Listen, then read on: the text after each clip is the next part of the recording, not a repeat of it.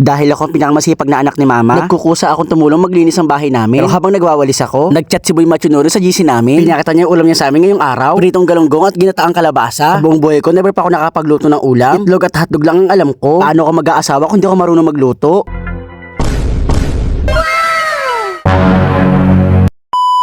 Isang umaga, nagkataon naman na pritong galunggong din ang ulam namin. Wala nga lang partner na gulay. Kaya desidido na rin ako magluto ng gulay. Malapit lang naman bilihan ng gulay dito sa amin. Tapat lang ng bukid. Hindi ko na kailangan pumunta ng palengke. Una ko nga kagad nakita yung kalabasa. Nag-iisa na nga lang to. Kalahati lang pala binili ko kasi baka hindi ko maubos ng isang buo. Inaalala ko ano pa nga pala yung mga kailangan ko. Kailangan ko pala na isang sibuyas, isang pirasong bawang, at saka isang piraso ng luya. Ginugil ko talaga kung ano yung mga kailangan ko. Kailangan ko nga din ng sitaw kaso wala akong nakita. Napagkaman ako pang sitaw tong celery Ang huli ko nga palang binili ay yung fresh gata. 92 pesos lang lahat ng nagastos ko. Kaya naman pag uwi ko, dumiretso na agad ako sa kusina. Tapos tinanong ko si mama kung anong pwedeng alternative pag walang sitaw. Kung walang sitaw, malunggay. Kumaka ng malunggay. Pag walang sitaw, pwede daw malunggay. Buti na lang mayroong puno ng malunggay, kaliit siyang bunggan. Pero syempre may GMRC naman tayo. Di tayo basta-basta kukuha, magpapaalam muna tayo. Pengi kami malunggay.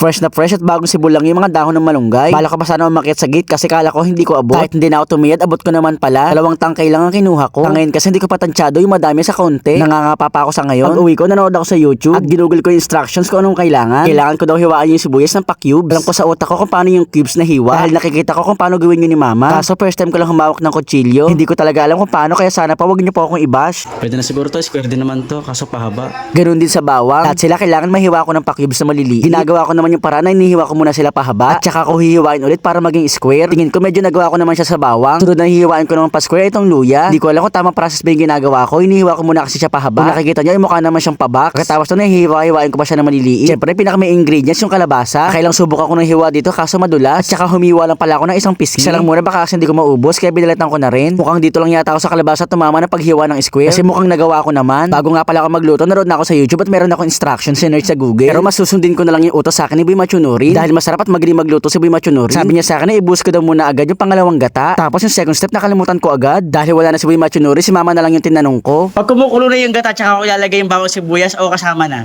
Tama na. Sagi ko na.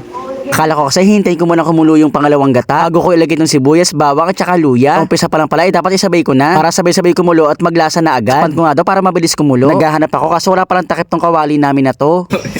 Di ba pwede tinidor? Haluin lang naman. Ay, na.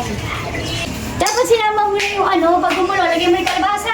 Akala ko kasi ilalagay na yung kalabasa pag nakulo na. Ganun na. Tapos pagka kumulo, batayin natin!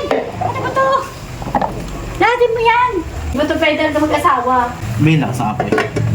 Mama, malambot na. Lambot na. Lagi ko na isang gata. Dahil nga sa malabot na yung kalabasa, nilagay ko na yung pangunang gata. Sabi, hindi ko daw itong kulit kumulo. Saglit na minuto lang naman, ay kumulo na rin agad yung gata. Kaya pwede ko na ilagay yung sitaw sana. Ang kaso wala, kaya malunggay na lang yung nilagay ko. Konting halo-halo lang ulit at taklob lang makaluto na to. Hindi na kaya to. Ma! Ano yan? Pwede na to? Tignan mo. Ay, paminta pala, nakalimutan ko.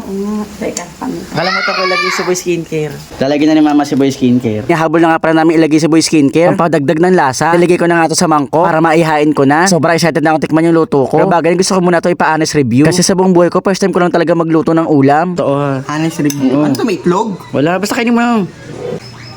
Yung totoo talaga ha, yung totoo. Sarap ng kalabasa. Talaga, buti alam mo, masarap talaga Kalabasa yan. lang.